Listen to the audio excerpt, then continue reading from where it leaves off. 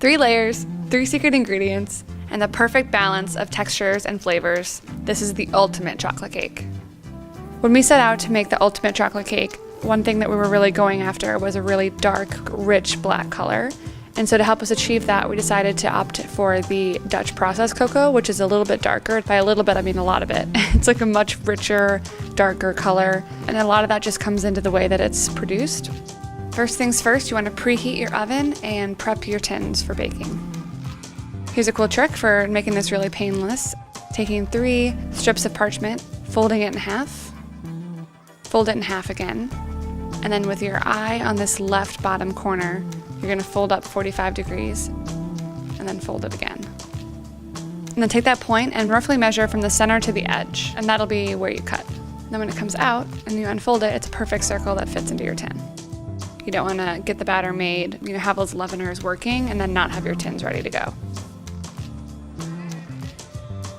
Now this cake has 3 components, and what we're going to start with is sifting our dry ingredients into a bowl. Sifting is important because it aerates the dry ingredients as well as ensures that there's no big clumps or any other weird things that would be sitting in like your flour. I don't know, like sometimes there's little bits of stuff, so this just ensures that none of that gets in your final cake. So the first secret ingredient in this cake is stout. The stout is a lot of different things, but it also adds a really cool, interesting depth of flavor that you really can't get with just using water alone.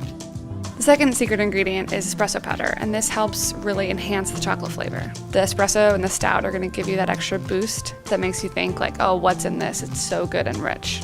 So we have the dry ingredients, we have the wet ingredients ready to go. The next thing we're going to do is cream our butter and sugar. You really want to do this for a while. You're not just combining them, you're really trying to get a lot of air beat into the butter and sugar. From time to time, you want to scrape down the bowl to ensure that you're getting everything really evenly creamed in together. As always with eggs, we recommend breaking them into a bowl separately first, just in case it's like a bad egg or you get a bunch of eggshell in. Whoop. The butter and the sugar can only absorb so much liquid at once, so that's why you really want to take your time and add 1 egg at a time. It's super buttery, look at that. Now for the third secret ingredient, don't freak out, it's mayonnaise. There's a lot of other secret ingredients that are in chocolate cakes. I've seen anything from sour cream to sauerkraut. We're only putting about a ½ cup in here. You're not gonna taste it. It's gonna be extremely moist and rich. You can already see how much more creamy this is making our batter. Now switch off between adding our dry and our wet ingredients. So you don't have to be too crazy about this, just dump, a good third in. A big part of why you're doing this in stages is mostly just because if you added it all at once, it would go everywhere and be a huge mess. Just take your time, add it kind of every other. Optional, we're gonna fold in some dark chocolate chunks. What the chocolate chunks will also do is add like a third texture to the cake.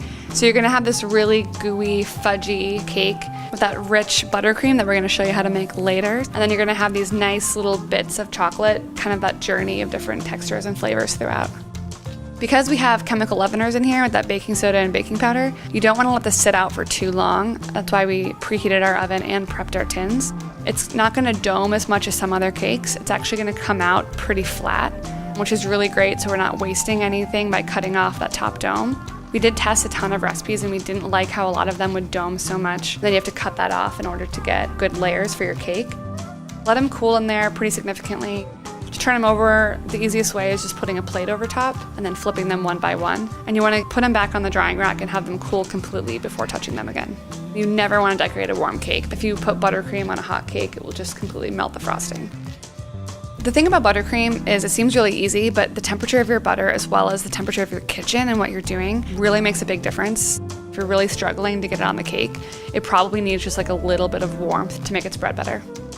More for not making a mess, I tend to end my dry ingredients into the butter slowly, just because everyone's had that experience when they toss a whole bunch of powdered sugar in and turn their mixer on, and then there's powdered sugar all over you in the kitchen.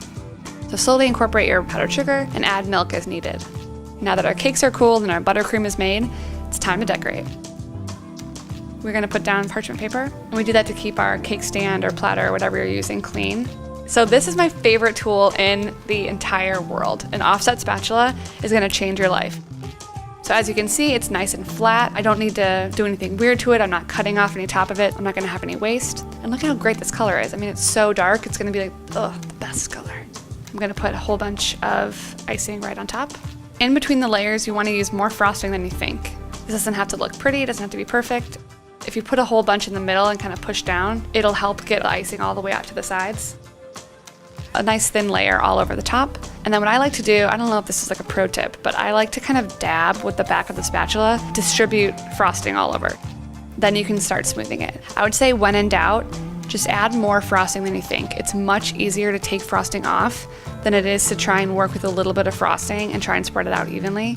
If you can't get a really even layer, what you could do is kind of go for that rustic look and take the tip of your spatula and do little S's back and forth and just kind of like dot it all around. We're not gonna do that, but that's like a little tip for you if you're going crazy. My struggle with decorating cakes is I never know when to stop, and sometimes like, you'll just keep going and going and going, and it was fine like 5 minutes ago. Just stop, don't keep going. You could go on forever. It looks great. Put the spatula down. You can put anything on here. You can put shaved chocolate, you can put, sprinkles, you can put shaved coconut, a whole bunch of stuff. I love the look of just fresh fruit on everything. To get that perfect slice, you want to run your knife under hot water or put it in like a pitcher of hot water. Every time you make a cut, clean it off. If you have icing and crumb all over your knife and then you go and cut down, you're going to carry that all into the next slice. It's really well balanced between the cake and the frosting, not overly sweet. You learn a lot of fundamentals with this recipe that you can take with you in a lot of other cake recipes that you do. Journey of textures throughout this cake. I know I'm taking this to kind of extreme, guys, but like this is the ultimate chocolate cake and I tested this for weeks, so trust me. I also am a big fan of fruit cut in half. Just wanted to put that in there for everyone.